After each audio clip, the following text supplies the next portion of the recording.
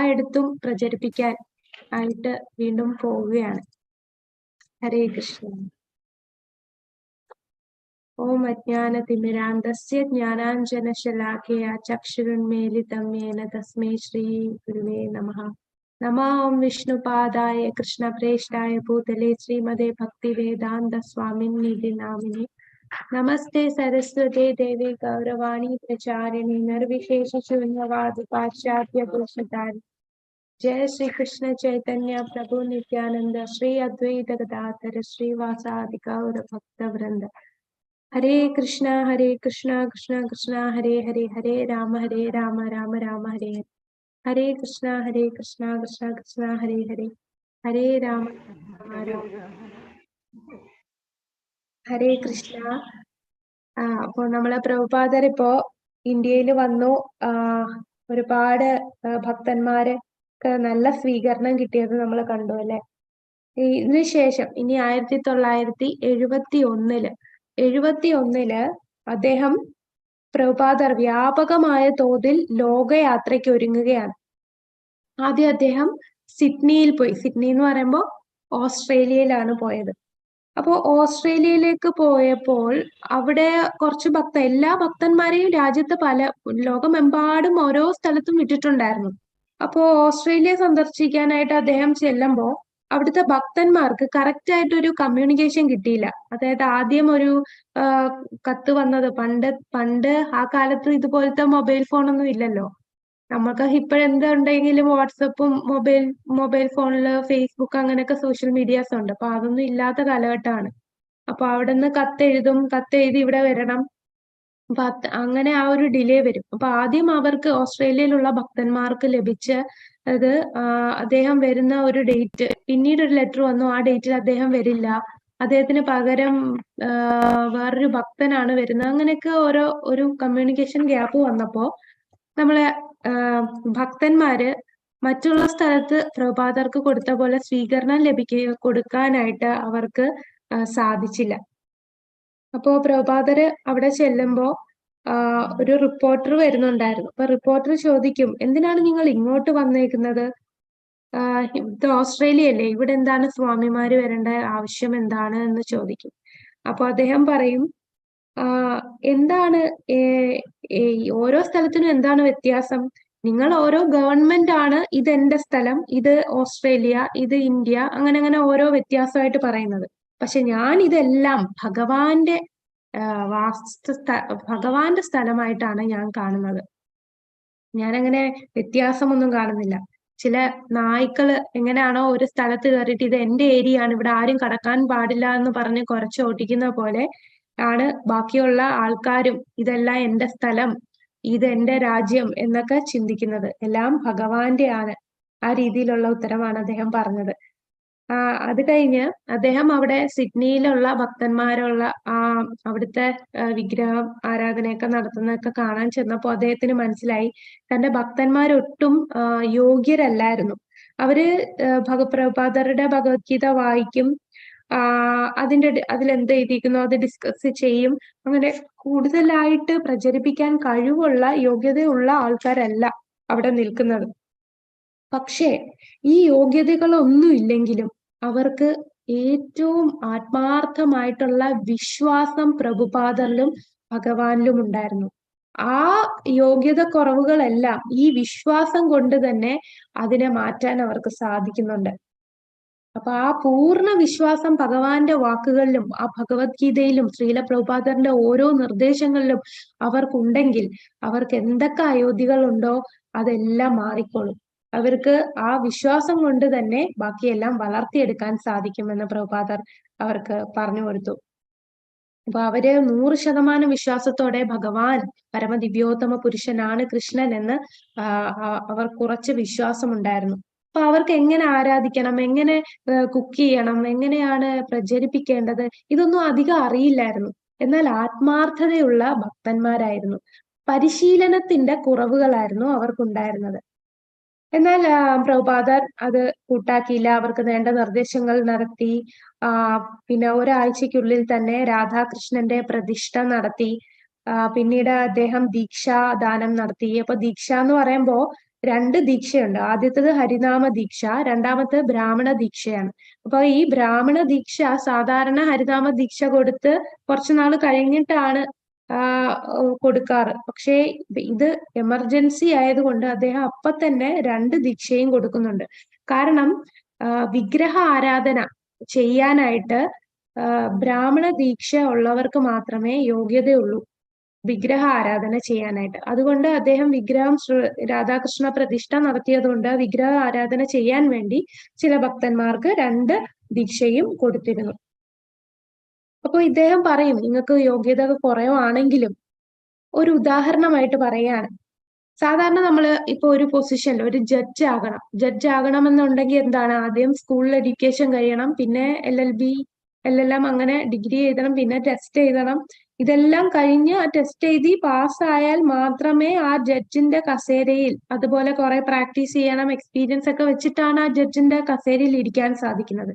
പക്ഷെ കൃഷ്ണാവബോധം എന്ന് പറഞ്ഞാൽ നിങ്ങൾക്ക് നേരെ ആ കസേരയിൽ ഇരുന്നാൽ മതി, ബാക്കി എല്ലാ ജ്ഞാനവും തന്നെ വളർന്നുകൊള്ളും. അതായത് ഇവർക്ക് പരിശീലനം എല്ലാം കുറവാണ് ഈ ഭക്തന്മാർക്ക്. പക്ഷെ ആ ഉറച്ച വിശ്വാസത്തോടു കൂടി നിങ്ങൾ അവിടെ നിന്നാൽ തന്നെ നമ്മുടെ ഉള്ളിലുള്ള പരമാത്മാവായിട്ടുള്ള ഭഗവാൻ തന്നെ ആ പയ്യെ പയ്യെ നമുക്ക് ആ ജ്ഞാനം ഉണ്ടാക്കിയെടുത്തോളും.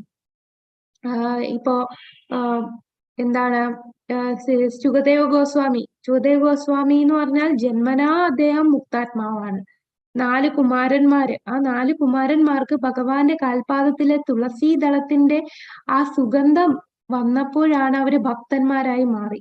അപ്പോ ഭഗവാനെ നിങ്ങൾ സേവിക്കാൻ തുടങ്ങിയാൽ, ആത്മാർത്ഥതയോടുകൂടി ഭഗവത് സേവനം തുടങ്ങിയാൽ ബാക്കിയെല്ലാം നിങ്ങൾ തന്നെ ഈ ജ്ഞാനം നിങ്ങളുടെ തന്നെ വളർന്നുകൊള്ളും. നിങ്ങളെല്ലാം മുക്തരായി മാറിക്കൊള്ളും. എന്താണോ നമുക്ക് പറഞ്ഞു തന്നിട്ടുള്ളത് അത് അതുപോലെ ചെയ്യുക. അതായത് 4 യമനിയമങ്ങൾ പാലിക്കുക, 16 മാല നാമം ജപിക്കുക.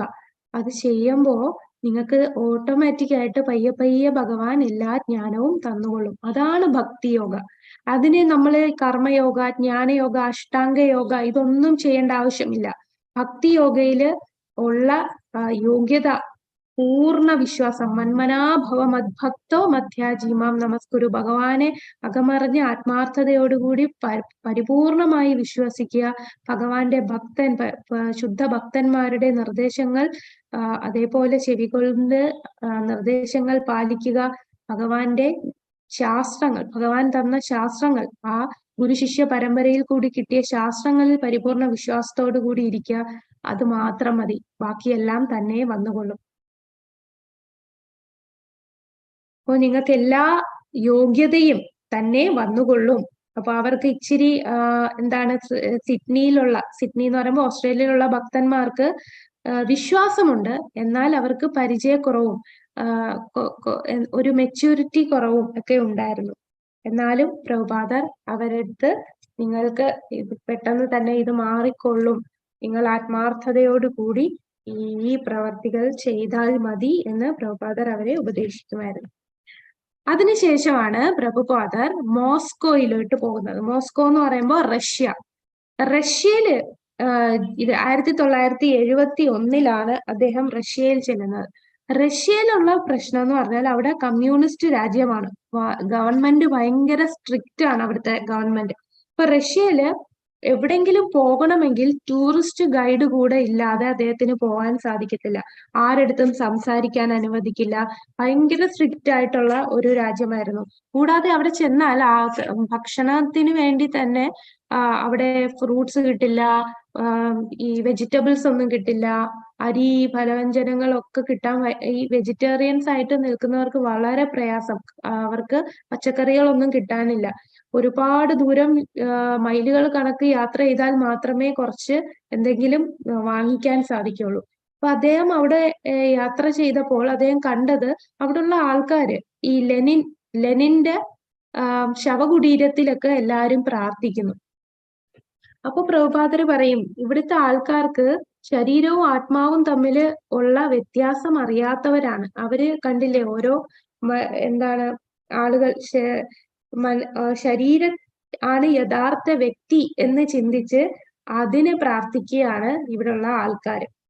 പക്ഷെ അദ്ദേഹം മനസ്സിലാക്കി റഷ്യക്കാർ അമേരിക്കക്കാരെക്കാളും കുറച്ചുകൂടെ ചിട്ടപ്പെടുത്തിയ ജീവിതമായിരുന്നു, നിയന്ത്രിതമായിട്ടുള്ള ജീവിതമാണെന്ന് അദ്ദേഹത്തിന് തോന്നി. അമേരിക്കൻ ജീവിതം എന്ന് പറഞ്ഞാൽ അങ്ങ് അഴിച്ചിട്ട പോലെ അത് തോന്നിയ പോലെ ജീവിക്കുമായിരുന്നു. പക്ഷെ ഇവിടെ കുറച്ച് ചിട്ടയും അടക്കവും നിയന്ത്രണങ്ങളും ഒക്കെ ജീവിതത്തിൽ ഉള്ളതായിട്ട് അദ്ദേഹത്തിന് മനസ്സിലായി. അവര് കുറച്ചുകൂടെ ലളിതമാണ്. അമേരിക്കക്കാരുമായിട്ട് കമ്പയർ ചെയ്യുമ്പോൾ റഷ്യൻസ് കുറച്ചുകൂടെ ലളിതരാണ്, കുറച്ചുകൂടെ വൃത്തിയും അതുപോലെ നിയന്ത്രണങ്ങളും ഒക്കെ ഉള്ള, ലഘുവായിട്ടുള്ള, ആർഭാടം അധികം ഇല്ലാത്ത ശീലമുള്ള ജനതയാണ്. പക്ഷേ അവർക്ക് ആധ്യാത്മികമായ പോഷണം ലഭിക്കാതെ പോകുന്ന ആൾക്കാരാണ്. അപ്പൊ പ്രഭുപാദർ ഇവിടെ റഷ്യയിൽ വരുന്നതിന് മുമ്പ് അവിടുത്തെ ഒരു USSRലെ ഒരു അക്കാഡമിയിലുള്ള ഒരു പ്രൊഫസർ, അദ്ദേഹം പ്രൊഫസർ എന്ന് പറയുമ്പോൾ ഇന്ത്യൻ കൾച്ചറിനെ വെച്ചിട്ടുള്ള ഒരു എന്താണ് അതിലുള്ള ആ ഡിപ്പാർട്ട്മെന്റിലെ പ്രൊഫസറാണ്. അപ്പൊ ഈ പ്രൊഫസറിനെ കത്ത് എഴുതിയിട്ടുണ്ടായിരുന്നു. അപ്പൊ അദ്ദേഹത്തിനെ കാണാനും കൂടെ ചെന്നതാണ്. അപ്പൊ USSRലെ അക്കാഡമിയിലെ HOD ആയിട്ടുള്ള, സയൻസ് അക്കാഡമിയിലെ HOD ആയിട്ടുള്ള പ്രൊഫസർ കൊട്ടോവ്സ്കി, ഇതാണ് ആ പ്രൊഫസറുടെ പേര്. ആ കൊട്ടോവ്സ്കിയുമായിട്ട് കൂടിക്കാഴ്ച നടത്തി. അപ്പൊ അദ്ദേഹം നമ്മുടെ പ്രഭുപാദർ ചോദിക്കുമായിരുന്നു, ഈ യൂണിവേഴ്സിറ്റിയിലുള്ള കുറച്ച് നല്ല ഇന്റലിജന്റ് ആയിട്ടുള്ള കുട്ടികളുമായിട്ട് എനിക്കൊന്ന് സംസാരിക്കാൻ പറ്റുമോ, എനിക്ക് കുട്ടികളുടെ അടുത്ത് ഒന്ന് സംസാരിക്കണമെന്നുണ്ട്. പക്ഷെ സമ്മതിച്ചില്ല. ഇല്ല, അതൊന്നും സാധിക്കത്തില്ല, നിങ്ങൾ എൻ്റെ അടുത്ത് സംസാരിക്കാനല്ലേ വന്നത്, നമ്മൾ തമ്മിൽ സംസാരിച്ചിട്ട് പോവാം, പക്ഷെ വേറെ ആരുമായിട്ട് സംസാരിക്കാൻ അനുവദിക്കുകയില്ല. പ്രഭുപാദർക്ക് കുറച്ച് നിരാശ തോന്നി. കാരണം ഇത്രയും യാത്ര ചെയ്ത് ഇവിടെ വന്നതാണ്, എന്നിട്ട് ആരടുത്തും ഒരു സമൂഹത്തിന്റെ അടുത്തൊന്നും നമുക്കൊരു കൂട്ടം ആൾക്കാരുടെ അടുത്ത് സംസാരിക്കാനുള്ള അനുവാദം കിട്ടിയില്ല. എന്നിട്ടും ഈ വളരെ മാന്യമായിട്ടുള്ള രീതിയിൽ ഇദ്ദേഹം സംസാരിക്കുന്നുണ്ടായിരുന്നു, കൊട്ടോവ്സ്കി പ്രൊഫസർ.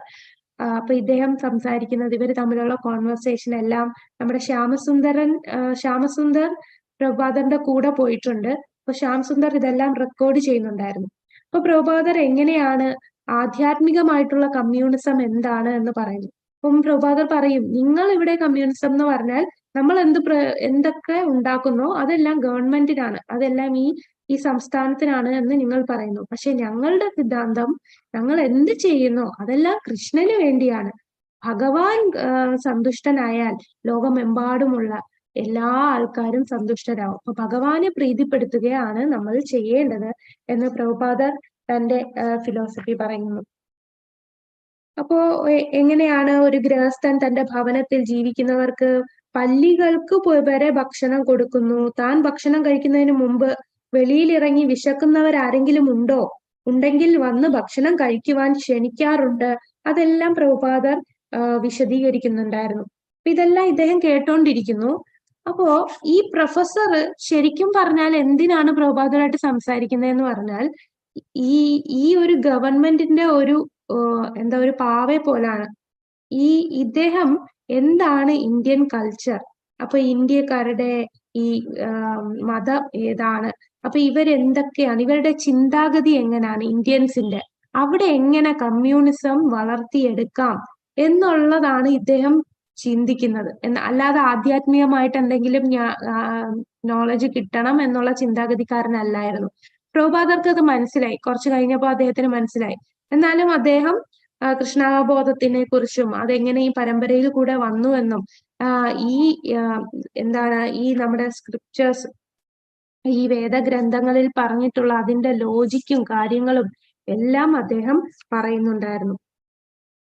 അപ്പോ പ്രഭുപാദർ ഇങ്ങനെ നമ്മൾ ആത്മാവാണെന്നും ശരീരം വിട്ടുകഴിഞ്ഞ് ഈ ശരീരം നശിച്ചാൽ പിന്നെ അവശേഷിക്കുന്നത് എന്താണ് എന്നതിനെ പറ്റിയുള്ള പഠനം നടത്താൻ ഇതെല്ലാം ശാസ്ത്രങ്ങളിൽ പറഞ്ഞിട്ടുണ്ട് എന്ന് പറയുന്നു.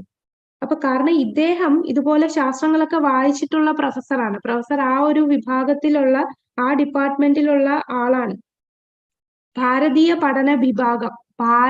പഠന വിഭാഗത്തിലെ തലവനാണ് ഈ പറയുന്ന പ്രൊഫസർ കൊട്ടോവ്സ്കി. അപ്പം ഈ പറയുന്ന എല്ലാ ഗ്രന്ഥങ്ങളും ആ പഠന വിഭാഗത്തിൽ ഇവർക്ക് വായിക്കണം. അങ്ങനെ വായിച്ചിട്ടുമുണ്ട്. അപ്പൊ അതിനകത്ത് ആത്മാവിനെ കുറിച്ചൊക്കെ പറഞ്ഞ കാര്യങ്ങളൊക്കെ പറയുമ്പോ ഈ വ്യക്തി പറയുന്നത്, സ്വാമിജി, ശരീരം മരിക്കുമ്പോൾ അതിന്റെ ഉടമസ്ഥനും മരിക്കുന്നു. അതായത് അങ്ങനെ ആത്മാവെന്നൊരു സംഭവം ഇല്ല. നമ്മൾ മരിച്ചു കഴിഞ്ഞാൽ അത് തീർന്നു. അവിടെ കൊണ്ട് ആ ഉടമസ്ഥൻ മരിച്ചു കഴിഞ്ഞു. ഈ ഒരു ജ്ഞാനം അപ്പം പ്രഭുപാദർക്ക് മനസ്സിലായി. ഈ ഒരു എന്താണ് ഇത്രയും ഡീറ്റെയിൽഡ് ആയിട്ട് PhD എടുത്ത് പഠിക്കുന്നു. ഇതുപോലെ ഇന്ത്യൻ കൾച്ചറിനെ കുറിച്ചും ഇന്ത്യൻ പഠന വിഭാഗവും അതിപ്പോ ഇന്ത്യൻ വേദങ്ങൾ പഠിക്കുകയൊക്കെ ചെയ്യുന്നു. പക്ഷെ എന്താണ് ജ്ഞാനം കിട്ടുന്നില്ല. എപ്പോഴാണോ നമ്മൾ പൂർണ്ണമായി ശരണം പ്രാപിക്കുന്നത്, ഭഗവാന് ശരണം പ്രാപിച്ചാൽ മാത്രമേ ഈ ജ്ഞാനം നമുക്ക് ഉൾക്കൊള്ളാൻ സാധിക്കൂ. നമ്മൾ ശരീരമല്ല ആത്മാവാണ്. ഒരു പുസ്തകത്തില് പരീക്ഷയ്ക്ക് വേണ്ടി പഠിക്കുന്ന പോലെ അല്ലെങ്കിൽ PhD കിട്ടാനും അങ്ങനെ ജോലി സംബന്ധമായിട്ട് രീതിയിൽ ഇതൊക്കെ പഠിക്കുന്ന ആൾക്കാരുണ്ട്. പക്ഷെ അവർക്കൊന്നും ഇതിൽ ഒരു വിശ്വാസവും കാണില്ല. അവര് അത് ഉൾക്കൊള്ളാനേ സാധിക്കില്ല. അതാണ് ഭഗവാനെ കുറിച്ച് അറിയണമെങ്കിൽ വെറുതെ ഇങ്ങനെ ബുക്ക് വായിക്കുകയും ഒക്കെ ചെയ്താൽ നമുക്ക് ഉൾക്കൊള്ളാൻ സാധിക്കില്ല. പൂർണ്ണമായി ശരണം പ്രാപിക്കുക, ഭഗവാന് സേവനം ചെയ്യുക, എന്നാൽ മാത്രമേ നമുക്കത് സാക്ഷാത്കരിക്കാൻ സാധിക്കുകയുള്ളൂ. നമുക്കത് മനസ്സിലാക്കാനും ഉൾക്കൊള്ളാനും സാധിക്കുകയുള്ളൂ. നമ്മൾ ശരീരമല്ല ആത്മാവാണ് എന്നുള്ളത്. അപ്പൊ ഇദ്ദേഹത്തിന്റെ അടുത്ത് സംസാരിച്ചിട്ട് വലിയ കാര്യം ഉണ്ടായില്ല എന്ന് പ്രഭാതർക്ക് മനസ്സിലായി. പിന്നെ മറ്റുള്ള ആൾക്കാരുടെ അടുത്ത് സംസാരിക്കാനോ ആ ഗവൺമെന്റ് സമ്മതിക്കുകയില്ല. എവിടെ പോകണമെങ്കിലും ഒരു ടൂറിസ്റ്റ് ഗൈഡിന്റെ കൂടെ പോകും. മറ്റുള്ളവരുടെ അടുത്ത് സംസാരിക്കാൻ പാടില്ല. എവിടെയെങ്കിലും സ്ഥലമൊക്കെ കാണണമെങ്കിൽ കണ്ടിട്ട് വരാം. അപ്പൊ അദ്ദേഹം വിചാരിച്ചു ഈ 3 ദിവസം കൊണ്ട് എന്റെ എല്ലാ ജോലിയും തീർന്നു. ഈ മോസ്കോയില് വലിയ ഒരു പുരോഗതി വരുന്നില്ല. അപ്പൊ യാത്ര ചെയ്തപ്പോഴാണ് കണ്ടത് അവിടെ പോലീസുകാരെല്ലാം പള്ളിയില് ചെറുപ്പക്കാരെ ഒന്നും കയറ്റാൻ അനുവദിക്കില്ല. പ്രായമായവര് മാത്രം ക്ഷേത്രത്തിലെ ഈ പള്ളിയിൽ കയറ്റും. ബാക്കിയുള്ളവരെ, കാരണം കമ്മ്യൂണിസ്റ്റ് ഏത്തിസം വളർത്തുകയാണ് അവിടെ. ദൈവമെന്നൊന്നും ഇല്ല എന്നുള്ള ചിന്താഗതിയിൽ ആൾക്കാരെ കൊണ്ടുവരികയാണ്. അങ്ങനെ ഇരുന്നപ്പോഴാണ് ഒരു ദിവസം നമ്മുടെ ശ്യാം സുന്ദർ ശ്യാം സുന്ദറിനെ ഇടയ്ക്ക് പോലീസ് പിടിക്കുന്നുണ്ട്, അവിടെ ചെക്ക് ചെയ്യുന്നുണ്ട്. പിന്നെ ഒരാള് വന്നിട്ട് പറയും എനിക്ക് നിങ്ങളുടെ ഫിലോസഫി അറിയണമെന്നുണ്ട്. അപ്പൊ പറഞ്ഞ് നാളെ ഞാൻ സ്വാമിയുടെ അടുത്ത് കൊണ്ടുപോവാന്ന് പറഞ്ഞ് പ്രഭുപാദർ അടുത്ത് ചെല്ലും. പ്രഭുപാദർ പറയും അത് പോലീസ് വേഷം മാറി വന്നതാ, അവന്റെ അടുത്ത് വീണ്ടും പോകരുത് എന്ന് പറയും. അപ്പൊ അങ്ങനെ കുറെ പ്രശ്നങ്ങളൊക്കെ ഉണ്ടായിരുന്നു ഈ റഷ്യയില്, മോസ്കോ. അപ്പോഴാണ് ഒരു ദിവസം ഒരു രണ്ട് ചെറുപ്പക്കാർ, ആ രണ്ട് ചെറുപ്പക്കാർ എന്ന് പറയുമ്പോൾ ഒരാള് ഇന്ത്യൻ ആണ്, അതിൽ വേറൊരാള് റഷ്യക്കാരനാണ്. അപ്പൊ ഈ ചെറുപ്പക്കാര്, ഒന്ന് ഇന്ത്യൻ അവിടുത്തെ ഒരു വലിയ ഉദ്യോഗസ്ഥന്റെ മകനാണ് ഇന്ത്യൻ ആയിട്ടുള്ള പയ്യൻ. മറ്റേ യുവാവ് ഒരു അവിടുത്തെ തന്നെ ഉള്ള ഒരു റഷ്യനാണ്. അപ്പോഴാണ് അവര് നോക്കിയപ്പോ അവിടെ ഭയങ്കര പട്ടാള ചിട്ടയോടുകൂടിയാണ് ഈ നഗരത്തിലെല്ലാം. എപ്പോഴും പട്ടാള ചിട്ടയുള്ള ഒരു ഗതാഗത നിരക്കാണ് അവിടെ ഉള്ളത്. ആ സ്ഥലത്ത് തല മുണ്ടനം ചെയ്ത് ചെറിയ ചെമ്പൻ കളറിലെ ശിഖയൊക്കെ വെച്ച് അയഞ്ഞ വസ്ത്രത്തോടു കൂടി ഒരു ചെറുപ്പക്കാരൻ സമീപത്തെത്തി. അത് നമ്മുടെ ശ്യാമസുന്ദരാണ്. ശ്യാംസുന്ദർ, പ്രഭാതയുടെ കൂടെ വന്ന ശ്യാംസുന്ദർ ഇത്രയും പട്ടാള ചിട്ട കിടക്കുന്ന ആ ഒരു നഗരത്തിന്റെ ഇടയിൽ കൂടെ ഈ ഒരു രൂപം കണ്ടപ്പോ ഈ രണ്ട് പയ്യന്മാരും അവർക്ക് എന്തോ ഒരു ഒരു പ്രത്യേകത തോന്നി ആ വേഷവിധാനവും. അപ്പൊ ഇത് എന്തായാലും ഇന്ത്യൻ പ്രതിപുരുഷനാണല്ലോ, കാരണം ഇന്ത്യൻ വേഷത്തിലാണല്ലോ ഇദ്ദേഹം വരുന്നത്. അങ്ങനെ ഇവര് തടഞ്ഞു നിർത്തുമ്പോ ഹരേ കൃഷ്ണ സഹോദര എന്ന് നമ്മുടെ ശ്യാം സുന്ദർ പറയും. അപ്പോ പറയും ഞാൻ നാരായണനാണ് എന്റെ പേര്. ഇന്ത്യക്കാരൻ പറയും. പിന്നെ ആ റഷ്യക്കാരന്റെ പേര് ഇവാൻ എന്നാണ്. ഇവാൻ എന്നുള്ള റഷ്യന് അധികം ഇംഗ്ലീഷ് അറിയില്ലെങ്കിലും കുറെയൊക്കെ ഇങ്ങനെ കേട്ട് മനസ്സിലാക്കി. എന്നിട്ട് പറയും, ശ്യാം സുന്ദർ പറയും ഓക്കെ ഞാൻ എന്റെ ഗുരുവിന്റെ കൂടാണ് വന്നത്, നിങ്ങൾ വരൂ എന്റെ ആധ്യാത്മിക ഗുരുവിനെ സന്ദർശിച്ചിട്ട് പോകാം എന്ന് പറയും. അങ്ങനെ ഈ രണ്ട് പേരും ചെല്ലുമ്പോ അതില് ഇന്ത്യൻ ആയിട്ടുള്ള നാരായൺ, ആ നാരായൺ പറയും കുറച്ച് സംസാരിച്ചതിന് ശേഷം പറയും എനിക്ക് നിങ്ങൾക്ക് വേണ്ടുന്ന പച്ചക്കറികളും സാധനങ്ങളൊക്കെ ഞാൻ കൊണ്ടുതരാം. കാരണം ഈ നാരായണന്റെ അച്ഛൻ അവിടുത്തെ ഒരു വലിയ ഉദ്യോഗസ്ഥനാണ്, ഇന്ത്യൻ എംബസിയിൽ വർക്ക് ചെയ്യാണ്. അപ്പൊ എംബസിയിൽ വർക്ക് ചെയ്യുന്നത് കൊണ്ട് അവർക്ക് വേണ്ട സാധനങ്ങളൊക്കെ ഫ്ലൈറ്റ് വഴി കൊടുക്കുമായിരുന്നു, ഇതുപോലെ വെജിറ്റബിൾസ് ഒക്കെ. അപ്പൊ അത് നിങ്ങൾക്ക് ഞാൻ തന്ന് സഹായിക്കാം.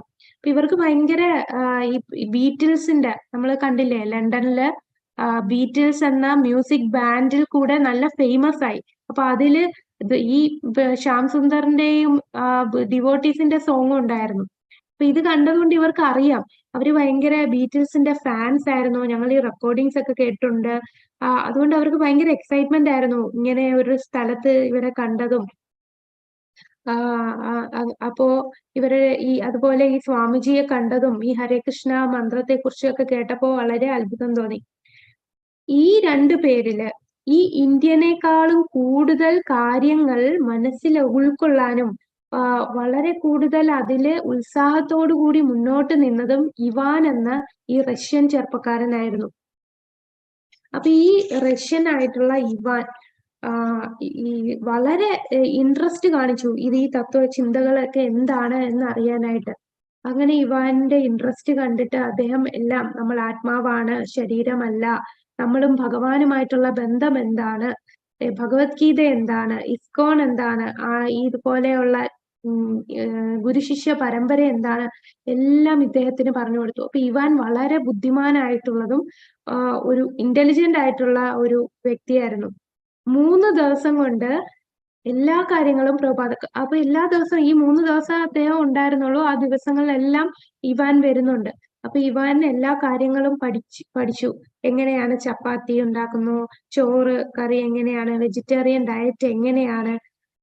അപ്പോ എന്തായാലും ആ സ്ഥലത്ത് ഈ പച്ചക്കറികളൊക്കെ കിട്ടാൻ വളരെ പ്രയാസമുള്ള ഒരു രാജ്യമാണ്. എന്നാലും ആ ഇവാൻ ഇത് വളരെ ഉത്സാഹത്തോടു കൂടി എല്ലാം ഇദ്ദേഹം പറയുന്ന എല്ലാം ചെയ്യാനായിട്ട് തുടങ്ങി. നാമം ജപിക്കുന്നത്, എങ്ങനെ ആഹാരം കഴിക്കുന്നു, ഭഗവാൻ സമർപ്പിച്ച് എങ്ങനെ കഴിക്കുന്നു, ഇതെല്ലാം ഇവാൻ സ്വീകരിച്ചു. അപ്പൊ പ്രഭുപാദർ പറയും, ഇവാൻ എന്ന ഈ കുട്ടി, ഇവാൻ കൃഷ്ണനെ ശരണം പ്രാപിച്ചത് വിശന്നു വലഞ്ഞ ഒരു മനുഷ്യൻ ഭക്ഷണം കഴിക്കുന്നത് പോലെയായിരുന്നു. അപ്പൊ എത്രയോ നാളെ വിശന്നിരുന്നിട്ട് ഭക്ഷണം കിട്ടുമ്പോൾ ഉള്ള പ്രതീതി എന്താണോ അതുപോലെയാണ് ഇവാൻ അവിടെ എത്തിയത്. ഇവാനും അയാളുടെ സുഹൃത്തിനും അത്രയും, സുഹൃത്തിനേക്കാൾ കൂടുതൽ ഇവാനാണ് ഇത് അത്രയും ആത്മാർത്ഥതയോടുകൂടി കൂടുതൽ സ്വീകരിച്ചത്. അപ്പൊ ഈ ശാസ്ത്രങ്ങൾ എല്ലാം ഉൾക്കൊണ്ട് അപ്പൊ പ്രഭുപാദർ പറയുന്നുണ്ട്, ഒരു അരി വെന്തോ എന്ന് നമ്മൾ എങ്ങനെയാ നോക്കുന്നത്? നമ്മളിപ്പോ അടുപ്പിൽ അരി ഇട്ടു, അത് വെന്തോന്ന് എങ്ങനെയാ നോക്കുക? ഹരേ കൃഷ്ണ. ഹരേ കൃഷ്ണ മാതാജി, അതിലൊരു ചോറ് വറ്റിട്ട് നമുക്ക് പിടിച്ചു നോക്കിയ കഴിഞ്ഞാൽ അല്ലേ? അതെ, ഒരു ചോറ് വറ്റുന്നെടുത്തൊന്ന് നോക്കിയാൽ നമുക്കറിയാലേ. അതുപോലെയാണ് ഈ റഷ്യൻ യുവാവ്. ഈ ഒരു റഷ്യൻ യുവാവുമായി സംസാരിച്ചതിൽ നിന്ന് റഷ്യയിലെ ജനങ്ങൾ ശരിക്കും മാർക്സിസത്തിന്റെ ആദർശത്തെ ഈ ആദർശമായിട്ട് പറയുന്ന ഈ രാജ്യത്ത് സംതൃപ്തരായി അല്ല കഴിയുന്നതെന്ന് പ്രഭുപാദറിന് പറയാൻ കഴിയും. ഈ ഒരു ഇവാന്റെ തന്നെ ആ റെസ്പോൺസ് കണ്ടപ്പോ പ്രഭുപാദർ ആ രാജ്യത്തിലെ ഒരാളുടെ ആ ഒരു റെസ്പോൺസ് കണ്ടപ്പോൾ മനസ്സിലായി, ഇതുപോലെ ലക്ഷക്കണക്കിന് ആൾക്കാര്, ഇവാനെ പോലെയുള്ള ലക്ഷക്കണക്കിന് ആൾക്കാർ അവിടെ ഉണ്ട് എന്ന് അദ്ദേഹത്തിന് മനസ്സിലായി. അപ്പം അത്രയും ഉത്സുകനായിട്ടാണ് ഇവാൻ കൃഷ്ണാബോധം സ്വീകരിച്ചത്. അതുപോലെ ലക്ഷക്കണക്കിന് മറ്റ് റഷ്യക്കാരും അതിൽ അത്യുത്സുകരായിരിക്കും. എങ്ങനെയാണ് ഒരു പൂവ് വനത്തെ മുഴുവൻ സുരഭിതമാക്കുന്നത്, അതുപോലെ ഒരു മരത്തിലെ അഗ്നി ആ വനം മൊത്തവും ദഹിപ്പിക്കുന്ന രീതിയിൽ അഗ്നി ഉണ്ടാക്കുന്നത്, അതുപോലെ ഒരു അഗ്നിയാണ് ഈ ഇവാൻ. ഈ ഒരാള് മതി, ഈ ഒരാളായിരിക്കും ആ രാജ്യത്തില് കൃഷ്ണാബോധം മൊത്തവും സ്പ്രെഡ് ചെയ്യാൻ. അപ്പൊ ഇത്രയും ഉത്സാഹത്തോടു കൂടി ഒരാള് മതി എന്ന് പ്രഭുപാദർക്ക് വളരെ സംതൃപ്തിയായി. അമേരിക്ക കീഴടക്കി, യൂറോപ്പ് കീഴടക്കി, ഓസ്ട്രേലിയ, ഇപ്പോഴത്തെ റഷ്യയിലും. അതും റഷ്യയില് ആ ഒരു വിത്തിടാനായിട്ട് ഭഗവാൻ തന്നെ ഒരു ആത്മാർത്ഥതയുള്ള ആത്മാവിനെ, ഇവാൻ എന്ന ആ വ്യക്തിയെ ഭഗവാന്റെ ഭക്തനായിട്ടുള്ള നമ്മുടെ പ്രഭുപാദരുടെ അടുത്ത് കൃഷ്ണാബോധം സ്വീകരിപ്പിക്കാൻ വേണ്ടി വിട്ടതാണ്. ഇപ്പൊ നമുക്കറിയാല്ലേ, റഷ്യയിലാണ് ഇത് എത്ര ഭക്തന്മാരാണ് റഷ്യയിലുള്ളത്. റഷ്യയിലാണ് ഏറ്റവും കൂടുതൽ ഭക്തന്മാര് ശരിക്കും ഉള്ളത്. റഷ്യൻസ് കൂടുതൽ സ്വീകരിക്കുന്നുണ്ട് കൃഷ്ണാവബോധം. ഈ പ്രഭുപാദർ സത്യം പറഞ്ഞ ആകെ ഒരാൾക്ക് മാത്രമേ കൃഷ്ണാബോധം പറഞ്ഞു കൊടുത്തുള്ളൂ റഷ്യയില്. ആ ഒരു വ്യക്തിയാണ് അത്രയും സ്പ്രെഡ് ചെയ്യുന്നത്. അത്രയും ഉത്സാഹമായിരുന്നു, ആത്മാർത്ഥമായിട്ടായിരുന്നു ഇവാൻ ഇതെല്ലാം വെറും 3 ദിവസം കൊണ്ട് സ്വീകരിച്ചത്. അപ്പൊ ഭഗവാൻ അങ്ങനെ ഓരോ രീതിയിൽ ഓരോ വ്യക്തികളെ, ഓരോ വിത്തുകൾ ഇങ്ങനെ ഓരോ രാജ്യത്തിലും കൊണ്ടുവരികയാണ് ചെയ്യുന്നത്. അതിനുശേഷം പ്രഭുപാദർ അടുത്തത് പോയത് ആഫ്രിക്കനാണ്. അപ്പൊ ഇപ്പൊ റഷ്യ കഴിഞ്ഞു, യൂറോപ്പ് ഒരുവിധമായി, ഓസ്ട്രേലിയ പോയി. അപ്പൊ 7 ഭൂഖണ്ഡത്തില് അമേരിക്ക കഴിഞ്ഞു, യൂറോപ്പ്, ഇപ്പോ ഇതാണ് ആഫ്രിക്കയിലേക്ക് പോവുകയാണ്. അപ്പൊ ആഫ്രിക്കയിലും 1971 നെയ്റോബി എന്ന സ്ഥലത്താണ് പോയത്. അവിടെ ബ്രഹ്മാനന്ദ സ്വാമിയായിരുന്നു ആഫ്രിക്കയിലുള്ള ഇൻചാർജ് ബ്രഹ്മാനന്ദ സ്വാമിയായിരുന്നു. പക്ഷെ അദ്ദേഹം ഈ ആഫ്രിക്കയില് കൂടുതലും പ്രീച്ച് ചെയ്യുന്നത് ആഫ്രിക്കയിലുള്ള ഇന്ത്യക്കാരുണ്ടല്ലോ, അവർക്ക് മാത്രമേ ഈ കാര്യങ്ങൾ പറഞ്ഞു കൊടുക്കുന്നുള്ളൂ. അപ്പൊ പ്രഭുപാദർ പറയും, നിങ്ങൾ എന്താ ആഫ്രിക്കക്കാരെ ഇതെല്ലാം പറഞ്ഞു കൊടുക്കാത്തത്? അപ്പൊ ആഫ്രിക്കൻസിന് ഇവർക്ക് ഇംഗ്ലീഷ് അറിയില്ല, സ്വാഹിലി എന്ന ഒരു ഭാഷയാണ് അവര് സംസാരിക്കുന്നത്. അപ്പൊ ഞങ്ങൾ പറഞ്ഞു കൊടുത്താൽ അവർക്കത് അറിയില്ലല്ലോ, അവർക്ക് കൃഷ്ണാവബോധത്തെ കുറിച്ച് ഒന്നും അറിയില്ല എന്ന് പറയും. അപ്പൊ പ്രഭുപാദർ പറയും, അങ്ങനെയല്ല, അവിടെ ഉള്ള ലോക്കൽ ആയിട്ടുള്ള ആഫ്രിക്കക്കാരെ തന്നെ നമ്മൾ ഇത് പ്രഭാഷണം ചെയ്യണമെന്ന് പറയും. അപ്പം പ്രഭുപാദർ എന്നിട്ട് നിർദ്ദേശിക്കും, അവർക്ക് ഫിലോസഫി ഒന്നും പറഞ്ഞു കൊടുക്കണ്ട, നിങ്ങൾ ഒരു കാര്യം ചെയ്യും, നമ്മളെ ക്ഷേത്രം ഉള്ളതുണ്ടോ, ക്ഷേത്രത്തിന്റെ വാതിൽ തുറന്നിടുക, ഭയങ്കര തിരക്കുള്ള സ്ഥലത്തിനെ ഫേസ് ചെയ്ത് നമ്മളെ ക്ഷേത്രത്തിന്റെ ഡോറ് തുറന്നിടുക. എന്നിട്ട് പ്രഭുപാദർ കാണിച്ചു കൊടുക്കുകയാണ് എങ്ങനെയാണ് നമ്മൾ എല്ലാ ആൾക്കാരെയും കൃഷ്ണാബോധത്തിലോട്ട് കൊണ്ടുവരണ്ട എന്ന്. അവര് ആഫ്രിക്കയിലുള്ള ആൾക്കാർക്ക് അത്ര എന്താണ് ജ്ഞാനമൊന്നും ഇല്ല, അവരത്ര പഠിപ്പില്ലാത്തവരാണ്, അങ്ങനെ വലിയ കൾച്ചറും ഒന്നും ഇല്ലാത്ത ഒരു സാധാ ആൾക്കാരാണ്. അപ്പൊ ഇങ്ങനെ പ്രഭുപാദർ ഈ ക്ഷേത്രത്തിന്റെ ഡോറ് ബിസി ആയിട്ടുള്ള ആ സ്ട്രീറ്റിൽ തുറന്നിട്ടപ്പോ ഇന്ത്യൻസിനൊക്കെ അത്ഭുതമായി പോയി. ഇതെന്താ എല്ലാവർക്കും ക്ഷേത്രത്തിൽ കയറാൻ അനുവാദം കൊടുക്കുന്നത്? പ്രഭുപാദർ പറയും, എല്ലാരും കീർത്തനം തുടങ്ങാൻ പറയും. അങ്ങനെ കീർത്തനം തുടങ്ങും. അപ്പൊ പ്രഭുപാദർ ഇങ്ങനെ ഡോറ് തുറക്കാനും കീർത്തനം തുടങ്ങാനും ഒക്കെ പറഞ്ഞപ്പോ ബ്രഹ്മാനന്ദ സ്വാമിക്ക് കുറച്ച് പേടിയുണ്ടായിരുന്നു. കാരണം അദ്ദേഹത്തിന് വളരെ മോശമായിട്ടുള്ള സ്വീകരണമാണ് പലയിടത്തും കിട്ടിയത്. ടർക്കിയിൽ പോയി, പാകിസ്ഥാനിൽ പോയി, അവിടെയൊക്കെ ചെന്നപ്പോ ഇതുപോലെ കീർത്തനം ചെയ്ത് ചിലര് കത്തിയുമായിട്ട് വന്ന് കൊല്ലാൻ വന്നിട്ടുണ്ട്, ചിലര് തുപ്പുമായിരുന്നു, അങ്ങനെയും ഒരുപാട് കഷ്ടതകളൊക്കെ അനുഭവിച്ചതാണ്. അപ്പൊ ഈ ആഫ്രിക്കയിലും ഇങ്ങനെ ചെയ്താൽ ഇവിടെ എന്താണ് സംഭവിക്കുന്നതെന്നൊരു ടെൻഷൻ നമ്മുടെ ബ്രഹ്മാനന്ദ സ്വാമിക്ക് ഉണ്ടായിരുന്നു. പക്ഷെ എന്തൊക്കെ പ്രശ്നങ്ങൾ ഉണ്ടായാലും അവര് എന്താണ്, നമ്മളെ പോലുള്ളവരാണെങ്കിൽ ഒരു വട്ടം ആരെങ്കിലും നമ്മളെ എന്തേലും പറഞ്ഞ അപ്പോഴേ നമ്മൾ അതിട്ടിട്ട് പോകും. നമ്മൾ കൂടുതൽ ഈ മലയാളികൾ പ്രത്യേകിച്ചാന്ന് തോന്നുന്നു, മറ്റുള്ളവരെന്ത് പറയും, അവരെന്താ നമ്മളെ കുറിച്ച് വിചാരിക്കുക, അവര് നമ്മളെ അടുത്ത് എന്തേലും മോശമായിട്ട് പറഞ്ഞാൽ, ഓ നിങ്ങൾ എപ്പോഴും ഹരേ കൃഷ്ണ ഇങ്ങനെ ചൊല്ലിക്കൊണ്ടിരിക്കുകയാണ്, വേറെ പണിയില്ലേ, അപ്പൊ ആരെങ്കിലും കളിയാക്കുവോ, ഈ ചിന്തകളൊക്കെ വെച്ച് നമ്മൾ മറ്റുള്ളവരുടെ ചിന്താഗതിക്ക് അനുസരിച്ച് നമ്മൾ നമ്മളുടെ കൃഷ്ണാബോധം ഉപേക്ഷിക്കുകയാണ്. അത് വളരെ വലിയ ഒരു തെറ്റാണ് നമ്മൾ ചെയ്യുന്നത്. നമ്മൾ പൂർണ്ണമായും ഭഗവാന് ശരണം പ്രാപിക്കും. കാരണം ഈ പറയുന്ന ആൾക്കാർക്ക് അവർക്ക് അറിയില്ല. എന്നാൽ നമ്മളുടെ മാറ്റം കണ്ടിട്ട് നമ്മളെക്ക് എതിരായിട്ട് പറഞ്ഞിട്ടുള്ളവര് തന്നെ പയ്യെ പയ്യെ മാറാൻ തുടങ്ങും.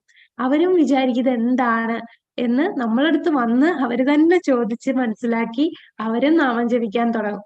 അപ്പൊ അതാണ് കൃഷ്ണാവബോധം. അപ്പൊ എന്തൊക്കെ പ്രശ്നങ്ങൾ ഉണ്ടായാലും ഈ പ്രഭുപാദരുടെ കൂടെ വന്ന ശിഷ്യന്മാര് പ്രഭുപാദരിൽ കംപ്ലീറ്റ് ശരണം പ്രാപിക്കുകയാണ്. അപ്പൊ വിഷമങ്ങളൊന്നും അവര് കാര്യമായിട്ട് എടുക്കില്ല.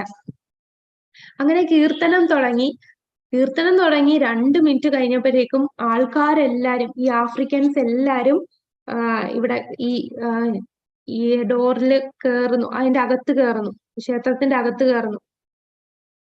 എന്നിട്ട് പ്രഭുപാദർ പറയും, ഞാനും കൂടെ അങ്ങോട്ട് വരാം. അങ്ങനെ പ്രഭുപാദർ അതിന്റെ അകത്ത് കയറി. പ്രഭുപാദർ വന്നിട്ട് കീർത്തനത്തെ ലീഡ് ചെയ്യും. എന്നിട്ട് പ്രഭുപാദർ പ്രഭാഷണം നടത്തും. അവർക്കൊന്നും മനസ്സിലാവണില്ല, പ്രഭാഷണത്തിൽ എന്താണ് പറയുന്നത്, കീർത്തനം എന്താണെന്ന് ഒന്നും അറിയില്ല. പക്ഷെ അവര് വളരെ ബഹുമാനത്തോടു കൂടിയാണ് അവിടെ നിന്നത്. സ്വാമിയെ കണ്ടപ്പോ, പ്രഭുപാദരെ കണ്ടപ്പോ ബഹുമാനത്തോടു കൂടി നിന്നു.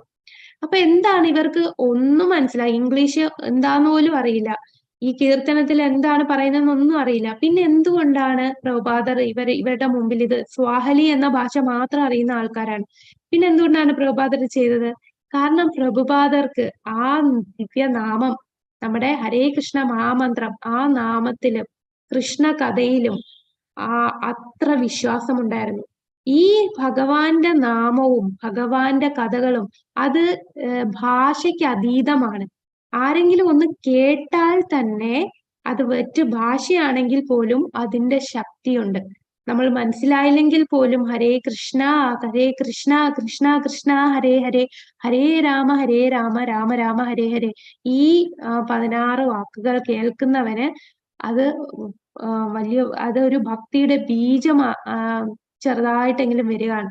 അപ്പൊ അത്ര ശക്തിയാണ്, ഭഗവാന്റെ എല്ലാ ശക്തിയും ആ നാമത്തിൽ കൊള്ളുന്നുണ്ട്. എന്താണ് നാം അകാരി ബഹുദാ നിജ സർവശക്തിയും ആ ഭഗവാന്റെ നാമത്തിൽ, കലികാലത്ത് നാമ അവതാരമായിട്ടാണ് ഭഗവാൻ വരുന്നത്. അപ്പൊ ആ നാമത്തിൽ പൂർണ്ണ വിശ്വാസം, ആ ഭഗവാന്റെ കഥകളിലും പൂർണ്ണ വിശ്വാസം ഉണ്ടായിരുന്നു. അപ്പൊ അവർക്കൊന്നും അറിയില്ലെങ്കിലും പ്രഭുപാദർ അതെല്ലാം പറയുന്നു. അപ്പൊ അവര് കേട്ടു. പിന്നെ പ്രഭുപാദർ പറയും എല്ലാവർക്കും ഫ്രീ ആയിട്ട് പ്രസാദം കൊടുക്കണം, പിന്നെ പുസ്തകങ്ങൾ അവർക്ക് കൊടുക്കണം. അവര് പാവപ്പെട്ടവരാണ്, പുസ്തകങ്ങൾ വാങ്ങിക്കാനുള്ള പൈസ ഇല്ലാത്തവരാണ്. അപ്പൊ ഫ്രീ ആയിട്ട് അവർക്ക് പുസ്തകങ്ങൾ കൊടുക്കണം, ആഫ്രിക്കക്കാരെയും ഭക്തന്മാരാക്കണം. പിന്നീട് പണ്ട് അമേരിക്കയിൽ പോയിട്ട് പാർക്കിൽ പോയി കീർത്തനം ചെയ്ത പോലെ ഇവിടെ ആഫ്രിക്കയിലും പാർക്കിൽ പോയിട്ട് കീർത്തനം ചെയ്യും ആഫ്രിക്കയില്. അപ്പോ കുറെ ആൾക്കാർ വരും. ഇവരെല്ലാം തലമുണ്ടനം ചെയ്യുന്ന കണ്ടിട്ട് ചില ആൾക്കാർ തലമുണ്ടനം ചെയ്യുന്നുണ്ട്.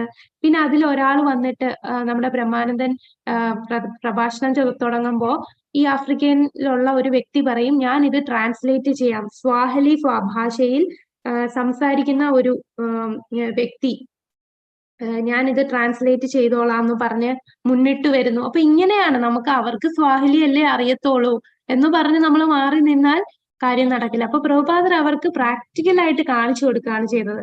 ഇതുപോലെ പാർക്കിൽ കീർത്തനം ചെയ്തു, അങ്ങനെ ഭക്തന്മാര് വരാൻ തുടങ്ങി, അങ്ങനെ സ്വാഹിലിയിൽ പറഞ്ഞു കൊടുക്കാൻ തുടങ്ങി. എല്ലാരും നൃത്തമാടാൻ തുടങ്ങി, നാമം ജപിക്കാൻ തുടങ്ങി. പിന്നീട് നെയ്റോബി യൂണിവേഴ്സിറ്റി, ആഫ്രിക്കയിലെ നെയ്റോബി എന്നുള്ള സ്ഥലത്ത് യൂണിവേഴ്സിറ്റി ഉണ്ട്. അപ്പൊ യൂണിവേഴ്സിറ്റിയിൽ പോയി അദ്ദേഹം പ്രഭാഷണം ചെയ്തു. അപ്പൊ അദ്ദേഹം കൂടുതൽ കേന്ദ്രീകരിക്കുന്ന, കൂടുതൽ ഇന്റലക്ച്വലി ഹൈ ആയിട്ടുള്ള ആൾക്കാരെയും ഇതിലോട്ട് കൊണ്ടുവരിക, അതും പ്രഭുപാദരുടെ മിഷന്റെ ഭാഗമാണ്.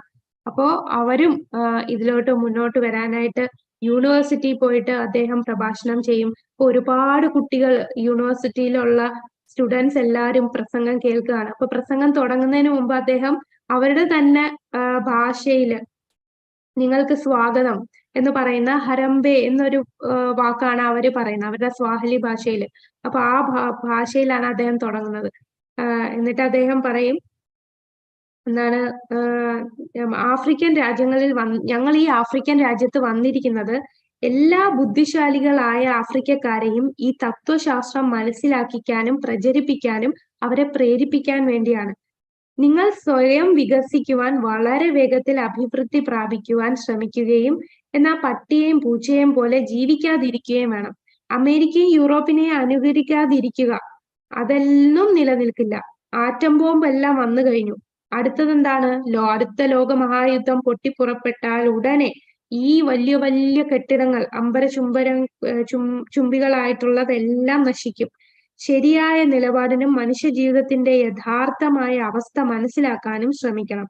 അതാണ് കൃഷ്ണാബോധ പ്രസ്ഥാനം. ഈ തത്വശാസ്ത്രം മനസ്സിലാക്കുവാൻ ഞങ്ങൾ നിങ്ങളെ ക്ഷണിക്കുന്നു. നിങ്ങൾക്ക് വളരെ നന്ദി. ഇത് പറഞ്ഞതും ഇത്രയും അദ്ദേഹം വളരെ കുറച്ച് വാക്കുകളാണ് പറയുന്നത്. ഇത് കേട്ടതും ആ സദസ്സിലുള്ള എല്ലാവരും ഉച്ചത്തിൽ കൈയടിച്ച് അദ്ദേഹത്തെ അഭിനന്ദിക്കുകയാണ് ചെയ്തത്. അങ്ങനെ അദ്ദേഹം ആഫ്രിക്കയിലും പോയി പ്രീച്ച് ചെയ്തു. പ്രഭുപാദർ അവിടെ നമുക്കെല്ലാവർക്കും ഒരു തെളിവായിട്ടാണ് തന്നത്, ഒരു ഭാഷ ഒരു പ്രശ്നമേ അല്ല. നമ്മൾ ശുദ്ധഭക്തരാണെങ്കിൽ ആ നാമം, ശുദ്ധ നാമം കേൾക്കുകയും ആ ഭഗവാന്റെ കഥകൾ കേൾക്കുമ്പോഴേയും എങ്ങനെയും അവരും മാറിക്കോളും. അങ്ങനെ ആഫ്രിക്കയിലും ഭക്തന്മാരെ ഉണ്ടാകാൻ തുടങ്ങി. ഇനി നമ്മുടെ പ്രഭുപാദരുടെ അടുത്ത ഫേസ് ആണ്. പ്രഭുപാദര് ഇപ്പോ വെസ്റ്റില് പാശ്ചാത്യ രാജ്യങ്ങളിലെല്ലാം കോൺസെൻട്രേറ്റ് ചെയ്ത് പല സ്ഥലങ്ങളിലും എല്ലാം പോയി. ഇനി അദ്ദേഹത്തിന് ഇന്ത്യയിലും ഇതുപോലെ ക്ഷേത്രങ്ങൾ ഇപ്പൊ ഇസ്കോന്റെ ടെമ്പിൾസ് ഇന്ത്യയിലായിട്ടില്ല, എല്ലാം വിദേശ രാജ്യങ്ങളിലാണ് ഇസ്കോൺ ടെമ്പിൾസ് ഇപ്പോ അദ്ദേഹം പ്രതിഷ്ഠിച്ചിരിക്കുന്നത്, എല്ലാ വിഗ്രഹങ്ങളും. ഇനി ഇന്ത്യയിലും വരണമല്ലോ. അപ്പോ വെസ്റ്റില് പോകുമ്പോഴും ഒരു ദിവസം അദ്ദേഹത്തിന് എന്താണ് ഒരു ദർശനമുണ്ടായി. ലോസ് ഏഞ്ചൽസില് രുക്മിണി ദ്വാരകാധീശ് ആണ് ലോസ് ഏഞ്ചൽസിലുള്ള ഡീറ്റീസ്. അപ്പോ അദ്ദേഹത്തിന് ആ ദർശനം പറയും, പ്രഭുപാദരുടെ അടുത്ത് പറയും, നീ ഇനി ഇന്ത്യയിൽ പോയിട്ട് പ്രചരണം ചെയ്യണം. അപ്പൊ പ്രഭുപാദര് പറയും, ഭഗവാന്റെ അടുത്ത് പറയും, പക്ഷേ എനിക്ക് ഈ സ്ഥലത്തും ഒരു നല്ല ക്ഷേത്രം പണിയണം എന്നുണ്ട്. അപ്പോ എന്താണ് ഭഗവാൻ പറയുന്നുണ്ട്, ഞാൻ നിനക്ക് ലോസ് ഏഞ്ചൽസില് നല്ല ഒരു സ്ഥലം തരാം.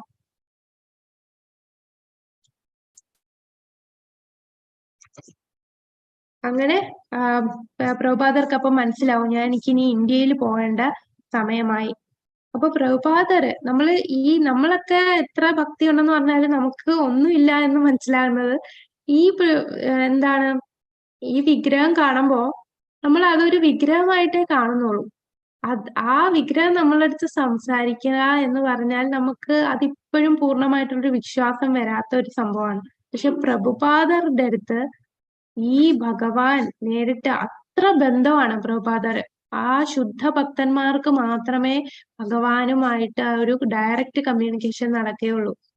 ഇപ്പൊ പ്രഭുപാദർക്ക് ദർശനം കൊടുക്കുന്നു ഈ രുക്മിണി ദ്വാരകാധീശ്. കൂടാതെ പ്രഭുപാദർക്ക് എന്താണ് നമ്മുടെ ഈ പ്രതിഷ്ഠയ്ക്ക് എന്തെങ്കിലും അപാകതകൾ ഉണ്ടെങ്കിൽ അദ്ദേഹത്തിന് അപ്പോഴേ കാണുമ്പോഴേ മനസ്സിലാവും. ഓരോ ക്ഷേത്രത്തിലും തന്റെ ഇസ്കോൺ സെന്റേഴ്സിൽ ചെല്ലുമ്പോൾ മനസ്സിലാവും ഇവിടുത്തെ ഭഗവാനും രാധാകൃഷ്ണന്മാര് സന്തുഷ്ടരല്ല, നിങ്ങളൊന്നും നല്ല രീതിയിലല്ല ചെയ്യുന്നത്. അദ്ദേഹം ആ വിഗ്രഹം നോക്കി തന്നെ പറയും. ഒരിക്കൽ ഒരു ദിവസം ഒരു പുതിയ ഭക്തനാണ് രാജഭോഗ് ഭഗവാന് കൊടുത്ത ആ പാത്രം ക്ലീൻ ചെയ്തത്. അപ്പൊ പ്രഭുപാദര് ഈ പാത്രം കാണുന്നില്ല, ഏത് ഭക്തനാണ് കഴുകുന്നത് ഇതൊന്നും പ്രഭുപാദർ കാണുന്നില്ല. പക്ഷെ പ്രഭുപാദര് തന്റെ ഒരു സെക്രട്ടറിയെ വിളിച്ചിട്ട് പറയും, ഭഗവാന്റെ ഭോഗം ഓഫർ ചെയ്ത പാത്രം നന്നായിട്ട് അത് ക്ലീൻ ചെയ്തിട്ടില്ല, നിങ്ങൾ പോയി നോക്കാൻ പറയും. അപ്പൊ അവര് ചെന്ന് നോക്കിയപ്പോ ശരിയാണ്, ആ പാത്രം നന്നായിട്ട് വൃത്തിയായിട്ടില്ല. അപ്പൊ ആ ഭഗവാന്റെ ഓരോ കാര്യങ്ങളും എന്താണെന്ന് പ്രഭുപാദർക്ക് നന്നായിട്ട് മനസ്സിലാവുന്നുണ്ട്. അപ്പൊ അതാണ് ശുദ്ധ ഭക്തന്മാരുടെ ആ ഒരു ലെവല്. പ്രഭുപാദർ ഏത് സ്ഥാനത്താണ് നിൽക്കുന്നതെന്ന് അപ്പൊ നമ്മൾ മനസ്സിലാക്കണം. പിന്നീട് അദ്ദേഹം കൽക്കട്ടയിൽ പോയി. 1971 കൽക്കട്ടയിൽ പോയി. കൽക്കട്ടയിൽ പോയത് അവിടെ മായാപൂരില് സ്ഥലം വാങ്ങിക്കാനായിട്ട് തമാൽ കൃഷ്ണ മഹാരാജിനെയും തമാൽ കൃഷ്ണ സ്വാമിയെയും ബലിവർദ്ധനൻ ഈ രണ്ടുപേരെയാണ് ഏൽപ്പിച്ചത്. 6 ദിവസമായി അവര് 6 ദിവസമായിട്ട് മുമ്പ് അവരെ പറഞ്ഞു വിട്ടതാണ്. കുറെ പണവും കൊടുത്തിട്ട് ഈ സ്ഥലം നമുക്ക് വാങ്ങിക്കണം, മായാപൂരില് ക്ഷേത്രം പണിയാനുള്ളതാണ്. അപ്പൊ ഇവര് വരാൻ ലേറ്റ് ആകും തോറും കുറെ നേരമായിട്ടും ഇവരെത്തിയിട്ടില്ല. അപ്പോ ഇവര് വരാൻ ലേറ്റ് ആവുന്ന കാണുമ്പോൾ പ്രഭുപാദർക്ക് ഭയങ്കര ടെൻഷനായി. കാരണം ഈ ബാക്കിയുള്ള രാജ്യത്തെക്കാളും ഏറ്റവും പ്രശ്നം ഇന്ത്യൻസ് ആണ്. ഇന്ത്യക്കാരെന്ന് പറഞ്ഞാൽ കള്ളന്മാരും ചതിയന്മാരുമാണ്. അപ്പൊ ഒന്നാമത് ഇവര് വിദേശികളാണ്. അപ്പൊ വിദേശികളായിട്ടുള്ളവർക്ക് ഇന്ത്യൻസ് എങ്ങനെ പെരുമാറും എന്ന് അവർക്കറിയില്ല. അപ്പൊ പ്രഭുപാദർക്ക് ഒരു പേടി ഉണ്ടായിരുന്നു, ഇനി ഇവര് വല്ലതും മോഷണം വല്ലതും നടന്നോ, അവര് ആരെങ്കിലും പറ്റിച്ചോ. അപ്പോ പ്രഭുപാദർ എപ്പോഴും ഇവരെ തന്നെ ചിന്തിച്ചുകൊണ്ടിരുന്നു. കുറച്ച് ദിവസം ഇത്രയും ദിവസമായല്ലോ, എന്താണ് സംഭവിച്ചതൊന്നും അറിയില്ല. അപ്പോ ഒരു ദിവസം ആ ദിവസം തന്നെ രാത്രിയിൽ തമാൽ കൃഷ്ണ പ്രഭു വന്നിട്ട് പറയും, ഈ സ്ഥലം അങ്ങയുടേതാണ് എന്ന് പറയും. അപ്പൊ തമാൽ കൃഷ്ണ പ്രഭു എന്ന് പറയുന്നത് എവിടെയൊക്കെ എന്തെങ്കിലും പ്രശ്നങ്ങളുള്ള സ്ഥലമാണ്, നമുക്ക് കിട്ടാൻ പ്രയാസമാണെങ്കിൽ അദ്ദേഹമാണ് ഇതിന്റെ എക്സ്പേർട്ട് ആണ്. അദ്ദേഹം എങ്ങനെയെങ്കിലും ആ സ്ഥലം എന്തെങ്കിലും പ്രശ്നം ഉണ്ടെങ്കിൽ അതിന്റെ എല്ലാം ക്ലിയർ ചെയ്ത് തരാൻ അത്രയും സ്മാർട്ടായിട്ടുള്ള ഒരു ഭക്തനാണ്, കുറച്ച് സീനിയർ ആയിട്ടുള്ള ഭക്തനാണ് തമാൽ കൃഷ്ണ പ്രഭു. അങ്ങനെ 5 മാസം കഴിഞ്ഞു. വലിയ ഒരു ഏരിയ അദ്ദേഹത്തിന് കിട്ടി. അപ്പൊ ഈ മായാപൂർ അദ്ദേഹത്തിന്റെ ഒരു സ്വപ്ന സ്ഥലമാണ്. അവിടെ ഒരു കൃഷ്ണക്ഷേത്രം, ഭഗവാന് ക്ഷേത്രം നിർമ്മിക്കുക എന്നുള്ളത്. ഉടനെ തന്നെ തറക്കല്ലിടാനായിട്ട് അദ്ദേഹം തീരുമാനിച്ചു. അപ്പൊ തറക്കല്ലിടാനായിട്ട് ഇദ്ദേഹം പറഞ്ഞത്, ആ സമയത്ത് പ്രൈം മിനിസ്റ്റർ ആയിട്ടുള്ളത് ഇന്ദിരാഗാന്ധി ആയിരുന്നു. അപ്പൊ നമുക്ക് ഇന്ദിരാഗാന്ധിയെ ഗസ്റ്റ് ആയിട്ട് കിട്ടുമെങ്കിൽ ഇന്ദിരാഗാന്ധിയെ വിളിക്കണം. അതും കിട്ടിയില്ല എന്നുണ്ടെങ്കിൽ അറ്റ്ലീസ്റ്റ് അവിടുത്തെ ഗവർണറിനെ എങ്കിലും അറേഞ്ച് ചെയ്യണം. നമുക്കിതൊരു വലിയ ഫംഗ്ഷൻ ആയിട്ട് നടത്താനുള്ളതാണ് ഈ പ്രോജക്റ്റ്. അപ്പൊ ഇസ്കോണിന്റെ ഒരു വലിയ പ്രോജക്റ്റ് ആണ് മായാപൂർ ടെമ്പിൾ. അപ്പൊ ഇദ്ദേഹം പറയും, ഇതെങ്ങനെയാണ് ക്ഷേത്രം നിർമ്മിക്കേണ്ടത്? 300 അടി പൊക്കത്തിലുള്ള ക്ഷേത്രമായിരിക്കണം. ഇതിന്റെ മെയിൻ ബിൽഡിംഗ് എന്ന് പറഞ്ഞാൽ എത്രയോ ഡോളേഴ്സ് വേണം. ഇപ്പൊ നമുക്കറിയാം ടെമ്പിൾ ഓഫ് വേദിക് പ്ലാനറ്റോറിയം അതിപ്പോ നടന്നുകൊണ്ടിരിക്കുകയാണ്. ഈ പ്ലാനറ്റോറിയത്തിലാണ് നമ്മള് ഗോലോക ചാർട്ടിൽ കണ്ട 14 ലോകങ്ങൾ, ഈരേഴ് 14 ലോകങ്ങളും ആ മെയിൻ ഹാളിൽ കയറുമ്പോ മുകളിലോട്ട് നമ്മൾ നോക്കുമ്പോൾ അതെല്ലാം കൺസ്ട്രക്ട് ചെയ്ത് അത് കാണണം. അപ്പൊ നമുക്ക് വിഷ്വൽ ആയിട്ട് ഈ 14 ലോകങ്ങൾ, അതിന് മുകളിലുള്ള ഉപരി ലോകങ്ങൾ, ആധ്യാത്മിക ലോകം എങ്ങനെയാണ്, ഇതെല്ലാം ബ്രഹ്മജ്യോതി, അതിന്റെ മുകളില് എന്താണ് ശിവലോകങ്ങളും വൈകുണ്ഠ ലോകങ്ങൾ, ഇതെല്ലാം ഇതില് കാണിക്കണം. അപ്പൊ ഇതെല്ലാം പ്രഭുപാദരുടെ പ്ലാൻ ആയിരുന്നു. ഇതാണ്, ഇങ്ങനൊരു ക്ഷേത്രമാണ് വേണ്ടത്. എന്നാൽ ആ സമയത്ത് ഇവർ ഈ മായാപൂരിൽ സ്ഥലം വാങ്ങിച്ചപ്പോ അവിടെ മൊത്തം കാടായിരുന്നു. അപ്പൊ ഈ കാട് പിടിച്ച സ്ഥലത്ത് പ്രഭുപാദർ എന്താണ് ഈ പ്ലാൻ ചെയ്യുന്നത്? ബാക്കിയുള്ള ഭക്തന്മാരെല്ലാം അത്ഭുതപ്പെട്ടു. ഇതൊക്കെ നടക്കുന്ന കാര്യമാണോ? അപ്പോ പ്രഭുപാദർ ഫ്യൂച്ചർ എന്താണ് എന്ന് അദ്ദേഹം 1971 അദ്ദേഹം കാണുന്നുണ്ടായിരുന്നു. ഈ എന്താണ് ഈ ഹരേ കൃഷ്ണ ആൾക്കാരെ കാണുമ്പോൾ ആൾക്കാർ പറയുമോ ഇവരൊക്കെ ബ്രെയിൻ വാഷ് ചെയ്യാൻ വന്നവരാണ് എന്ന് പറയും. ഭൗതികമായിട്ടുള്ള കണ്ണുകളോട് കൂടി ഇരിക്കുന്നവരെ ബ്രെയിൻ വാഷ് ചെയ്യാണ്. ശരിയാണ്, നമ്മൾ ബ്രെയിൻ വാഷ് ചെയ്യാണ്. എന്താണ്? നമ്മളുടെ ബ്രെയിനിൽ അടിഞ്ഞുകൂടിയ ഈ ഭൗതികമായിട്ടുള്ള മാലിന്യത്തെ കഴുകിക്കളയുകയാണ് ഈ ഹരേ കൃഷ്ണ പ്രസ്ഥാനം. ഈ ഹരേ കൃഷ്ണ പ്രസ്ഥാനം ഏറ്റവും പുരാതനമായിട്ടുള്ള ഭഗവാൻ തൊട്ട് ബ്രഹ്മാവ്, നാരദൻ, അങ്ങനെ വ്യാസദേവനും കൂടെ ചൈതന്യ മഹാപ്രഭുവിൽ കൂടി വന്ന ആ ഒരു ജ്ഞാനമാണ് നമ്മൾ സ്വീകരിക്കുന്നത്. നമ്മൾ ആ കൂടുതൽ അഡ്വാൻസ്ഡ് ആയിട്ടുള്ള ഭൗതികമായിട്ടുള്ള രീതിയിൽ പോവുകയല്ല. ഈ ഭഗവത്ഗീത 5000 വർഷം മുമ്പ് പറഞ്ഞ ആ ഭഗവത്ഗീതയാണ്. അപ്പൊ എത്ര പുരാതനമായിട്ടുള്ള കാലത്തേക്കാണ് നമ്മൾ ഓരോരുത്തരെയും കൊണ്ടുപോകുന്നത്. അപ്പൊ ഭൗതികവാദികളുടെ കണ്ണില് വെളിച്ചമാണ്, വെളിച്ചം നമുക്ക് ഇരുട്ടാണ്, ഭക്തന്മാർക്ക് അതൊരു ഇരുട്ടാണ്. ആധ്യാത്മികമായിട്ടുള്ളവരുടെ വെളിച്ചം, ശരിക്കുള്ള വെളിച്ചം ആധ്യാത്മികമായിട്ടുള്ള വെളിച്ചമാണ്.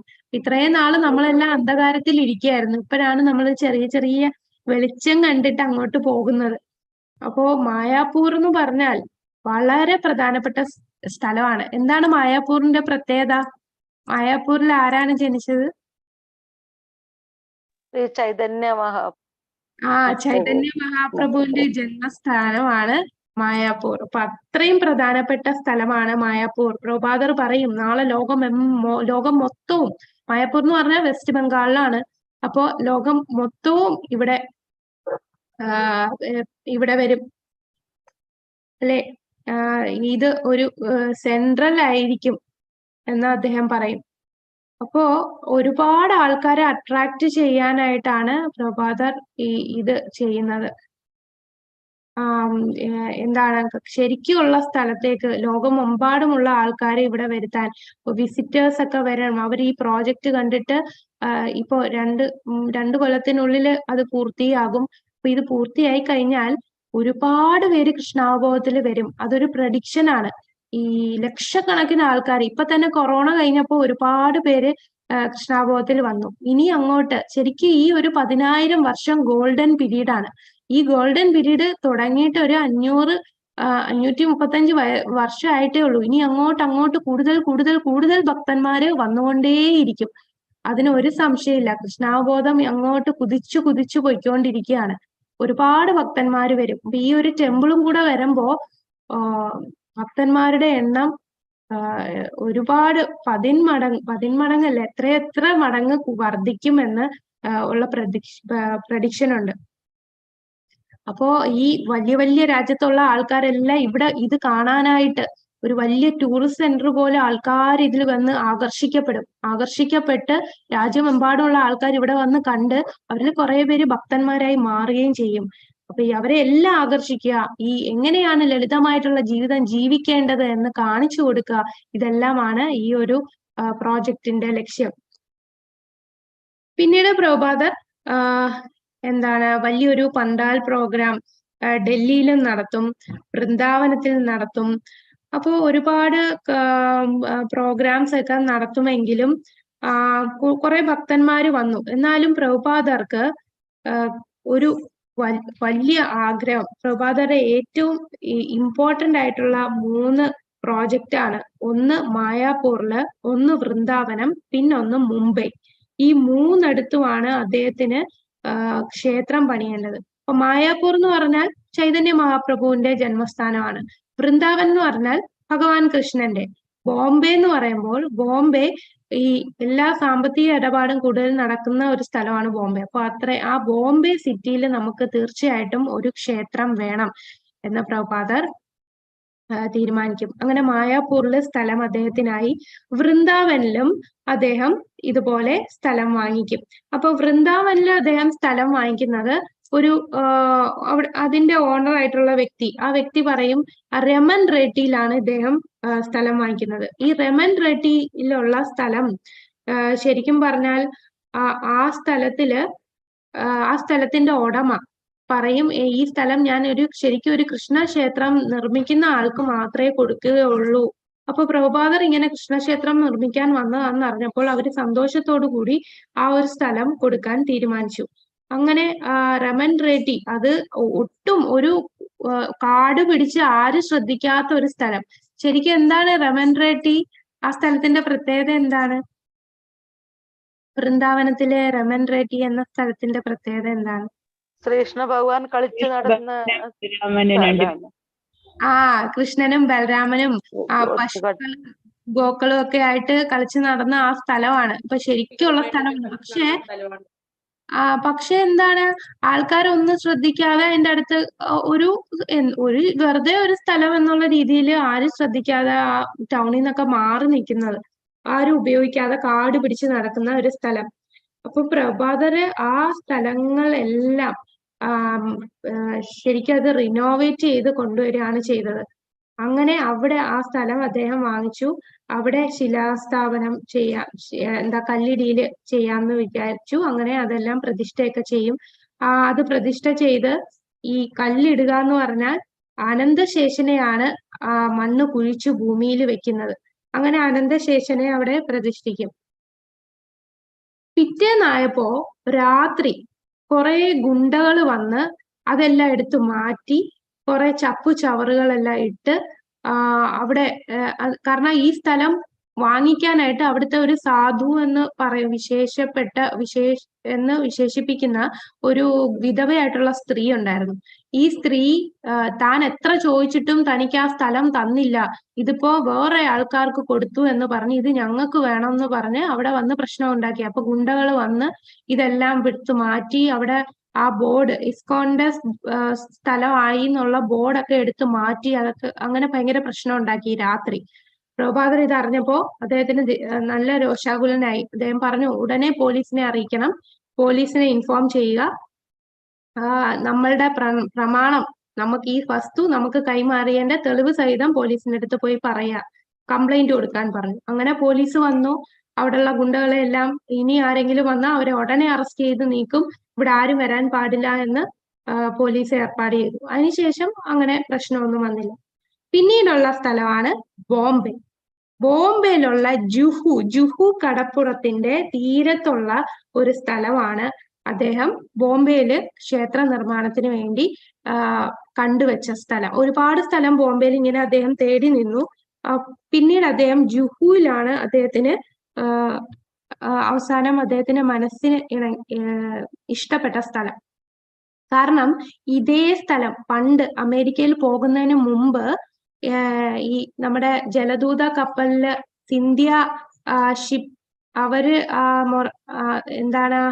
ആ മാതാജി ഉണ്ടല്ലോ, എന്താണ് ആ മാതാജിയുടെ പേരെന്താണ്? നമ്മളെ സിന്ധ്യ കപ്പൽ വഴി നമ്മളെ പ്രഭുപാദരെ അങ്ങോട്ട് എത്തിച്ച ആ ആ എന്തായിരുന്നു? പെട്ടെന്ന് പേര് മറന്നുപോയി. ആ അതെ അതെ.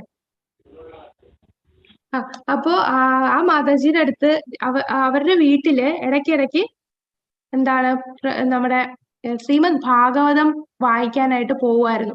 അപ്പൊ ഈ സ്ഥലത്തിന്റെ സൈഡിൽ കൂടാണ് അദ്ദേഹം പോകുന്നത്. അപ്പോഴേ അദ്ദേഹം വിചാരിക്കും, ഈ സ്ഥലം എനിക്ക് കിട്ടിയിരുന്നെങ്കിൽ എനിക്ക് ഭഗവാൻ ഒരു ക്ഷേത്രം നിർമ്മിക്കായിരുന്നു എന്ന് ഇദ്ദേഹം ഇങ്ങനെ പറയായിരുന്നു. അപ്പൊ പിന്നീട് വിദേശത്ത് പോകാനുള്ള തിരക്കിലും എന്നാലും അദ്ദേഹം ഈ ഒരു സ്ഥലം പണ്ടേ മനസ്സിലുണ്ടായിരുന്നു. പിന്നെ വിദേശത്തൊക്കെ പോയിട്ട് വന്നപ്പോ അദ്ദേഹം ഇതേ സ്ഥലം തന്നെ അവസാനം വന്നപ്പോ അദ്ദേഹത്തിന് തോന്നി, ഇത് ഭഗവാൻ എന്നെ വീണ്ടും ഈ സ്ഥലത്തേക്ക് കൊണ്ടുവന്നതാണ് എന്ന് അദ്ദേഹത്തിന് മനസ്സിലായി. പക്ഷേ തന്റെ ഭക്തന്മാര് നോക്കിയപ്പോ ആ സ്ഥലം 5 ഏക്കർ പ്രോപ്പർട്ടിയാണ്, ജുഹു ബീച്ചിന്റെ അടുത്തുള്ള 5 ഏക്കർ പ്രോപ്പർട്ടി. അവിടെ ആണെങ്കിലോ മൊത്തവും കാട് പിടിച്ചിരിക്കുന്നു, ഒരു ഫെസിലിറ്റി ഇല്ല, ബിൽഡിങ്ങിന് വെക്കാനുള്ള സ്ട്രക്ചർ ഒന്നുമില്ല. ഇവിടെ എങ്ങനെയാണ് ഒരു ക്ഷേത്രം നിർമ്മിക്കാൻ സാധിക്കുക? ഇതാണ് ഇവര് ഈ നമ്മുടെ ഭക്തന്മാര് ചിന്തിച്ചിരുന്നത്. അതിന് പറ്റിയ ഒരു അവസരവും ഇല്ലാത്ത സ്ഥലമാണ്. അതിന് ബാക്കിലായിട്ട് കുറെ ഫ്ലാറ്റും കാര്യങ്ങളും ഒക്കെ ഉണ്ട്. പിന്നെ കുറച്ച് മാറി ഈ തീരത്തൊക്കെ ചില 5 സ്റ്റാർ ഹോട്ടലുകളൊക്കെ കാണാം. എന്നാലും പ്രഭുപാദർക്ക് ഉറപ്പായിരുന്നു ഈ സ്ഥലം തീർച്ചയായിട്ടും ആ സുമതി മൊറാർജിയുടെ കൂടെ വീട്ടിൽ പോയപ്പോ ഞാൻ കണ്ട സ്ഥലം, അത് ഭഗവാൻ തന്നെ എനിക്ക് വീണ്ടും ഇത് എത്തിച്ചതാണ്. അപ്പൊ ഈ സ്ഥലം, ജുഹുവിലുള്ള ഈ സ്ഥലം മിസ്റ്റർ എൻ എന്ന് പറഞ്ഞാൽ മിസ്റ്റർ നായർ എന്ന ഒരു വ്യക്തിയുടെ കയ്യിൽ നിന്നാണ് ഇത് വാങ്ങിക്കുന്നത്. അപ്പൊ മിസ്റ്റർ നായറിനെ പോയി കണ്ടു. ഈ 5 ഏക്കർ ഭൂമി ഇസ്കോണിന് വിലക്ക് കൊടുത്തോളാം എന്ന് അദ്ദേഹം ഉറപ്പു പറയുന്നു. ഈ മിസ്റ്റർ നായർ എന്ന് പറയുന്നത് ശരിക്കും ബോംബെയിലെ പ്രശസ്തനായിട്ടുള്ള ഒരു വ്യക്തിയാണ്. അദ്ദേഹത്തിന് തന്നെ വലിയൊരു ദിനപത്രം, ബോംബെയിലെ ഏറ്റവും വലിയ ദിനപത്രത്തിന്റെ പബ്ലിഷറും എഡിറ്ററും ഒക്കെയാണ് ഈ വ്യക്തി.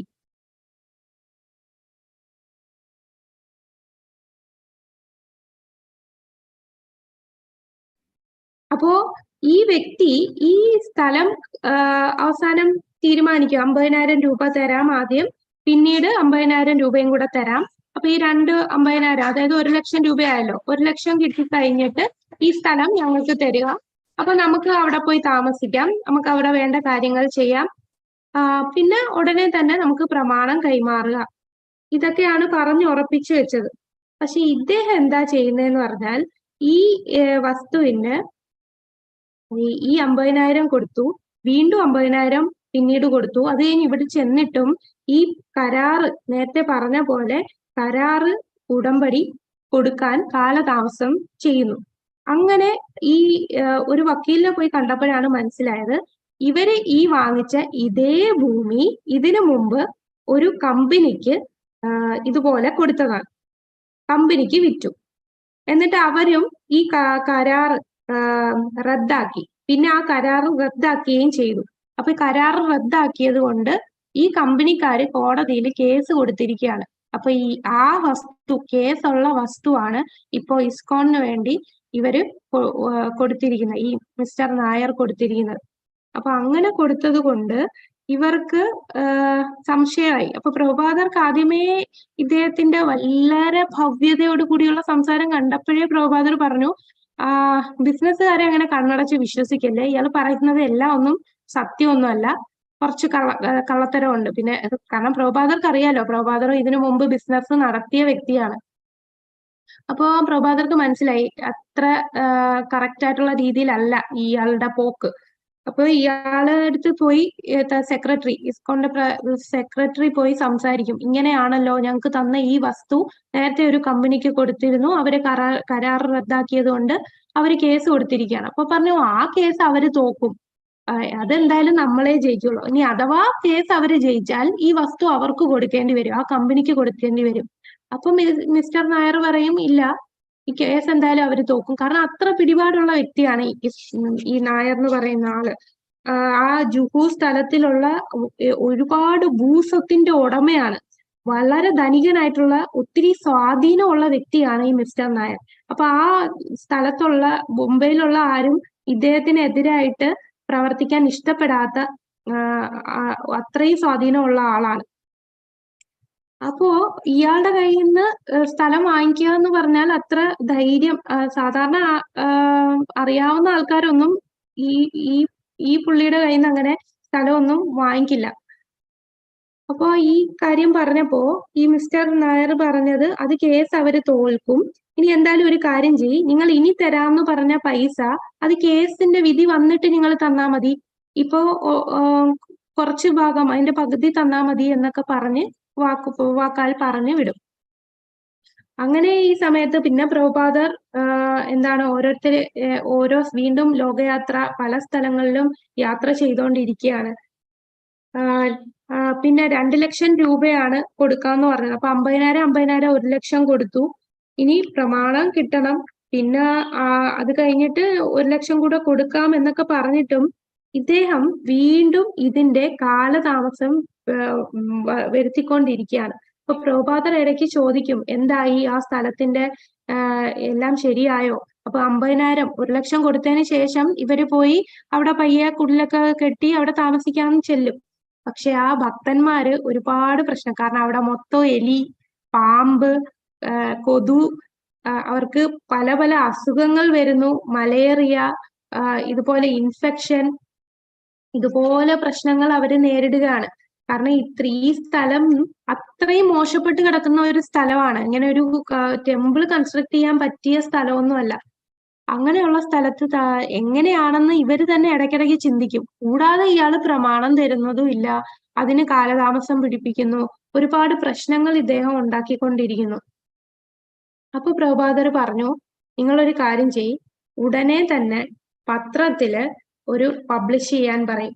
അതായത് ഈ സ്ഥലം ഇസ്കോൺ വാങ്ങിച്ചിരിക്കുന്നു എന്ന് പറഞ്ഞ് അവിടുത്തെ പത്രത്തിൽ പബ്ലിഷ് ചെയ്യാനായിട്ട് പ്രഭുപാദർ പറയും. അപ്പൊ പ്രഭുപാദർക്ക് മനസ്സിലായി ഇയാൾ ഇങ്ങനെ കളിച്ചുകൊണ്ടിരിക്കുകയാണ്, ഇതുപോലെ ആ കമ്പനിക്കാരെ പറ്റിച്ച പോലെ നമ്മളെയും പറ്റിച്ച് ഈ വസ്തു പിന്നെ അടുത്ത ആൾക്ക് വിൽക്കാനുള്ള പരിപാടിയാന്ന് മനസ്സിലായി.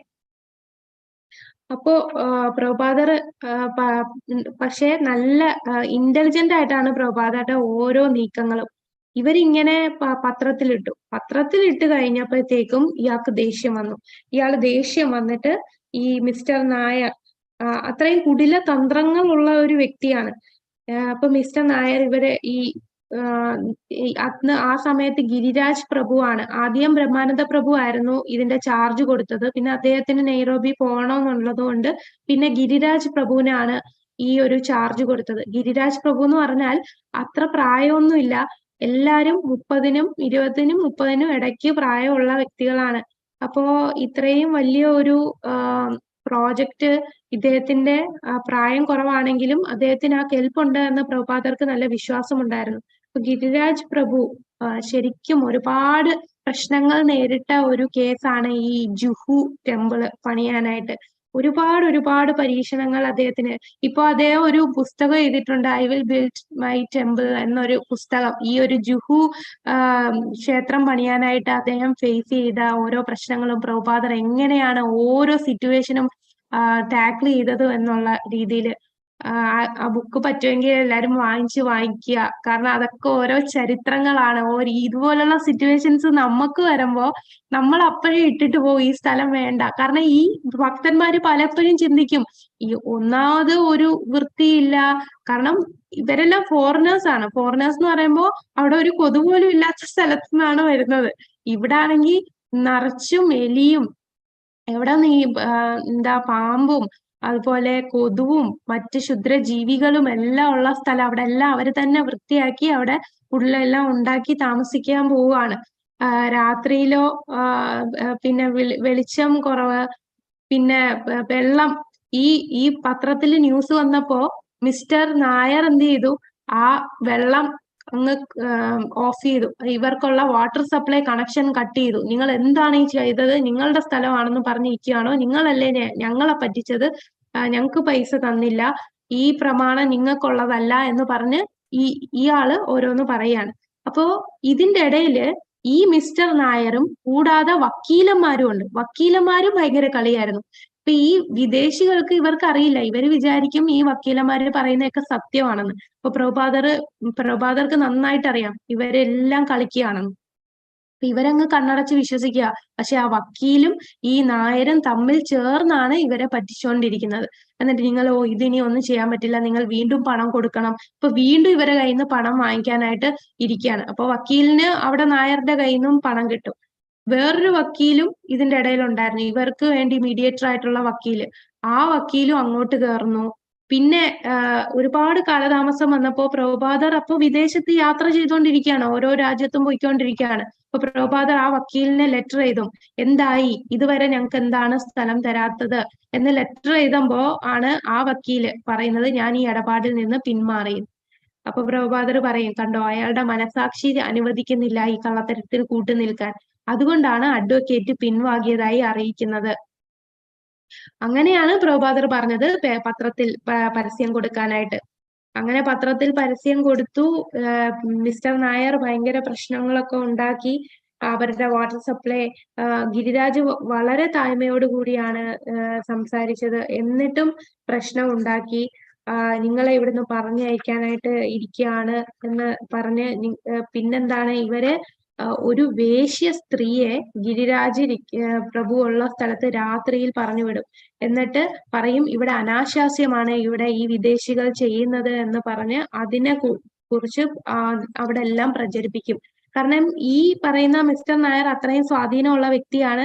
ഒരു വലിയ പത്രത്തിന്റെ എഡിറ്ററും കൂടിയാണ്. അപ്പൊ ആ പത്രത്തിലെല്ലാം ഇതേപോലത്തെ ന്യൂസ് ഈ അധിക്ഷേപിച്ചുകൊണ്ടുള്ള ന്യൂസ് വരികയാണ് ചെയ്യുന്നത്. അങ്ങനെ എന്താണ് ഇനി ഒരുപാട് പറയാനുണ്ട് ജുഹു ടെമ്പിൾ കേസ്. നമുക്ക് എനിക്ക് തോന്നുന്നു അടുത്ത ക്ലാസ്സില് നമുക്ക് ഈ ഒരു ഇതിന്റെ ബാക്കി കേൾക്കാം. അപ്പൊ എങ്ങനെയാണ് ഈ ഓരോ സിറ്റുവേഷനും പ്രഭുപാദയുടെ ഓരോ നീക്കങ്ങളാണ് ഇത് അവസാനം ഇപ്പൊ ഒരു രാധാ രാസ് ബിഹാരി ക്ഷേത്രമാണ് ജുഹു ടെമ്പിളിലുള്ളത്. ആ രാധാ രാസ് ബിഹാരി വരാനായിട്ട് എന്തെല്ലാം പ്രശ്നങ്ങൾ ഈ പിക്ചറിൽ നമുക്ക് കാണാം. ആ ക്ഷേത്രം അവര് പൊളിക്കാനായിട്ട് വരെ വന്നു. ക്ഷേത്രം പൊളിക്കുകയും രാധാ രാസ് ബിഹാരി ആ ഡീറ്റെയിൽസിനെ എടുത്ത് കളയാൻ പോകുമ്പോഴാണ് പെട്ടെന്ന് ഒരു ഓർഡർ വന്ന് അത് സ്റ്റോപ്പ് ആയതും. അങ്ങനെ ഒരുപാട് പ്രശ്നങ്ങൾ നേരിട്ട ഒരു സംഭവ വികാസമാണ് ഈ ജുഹു ടെമ്പിളിൻ്റെത്. അപ്പൊ അത് നമുക്ക് അടുത്ത ആഴ്ച എന്താണ് സംഭവിച്ചതെന്ന് കാണാം.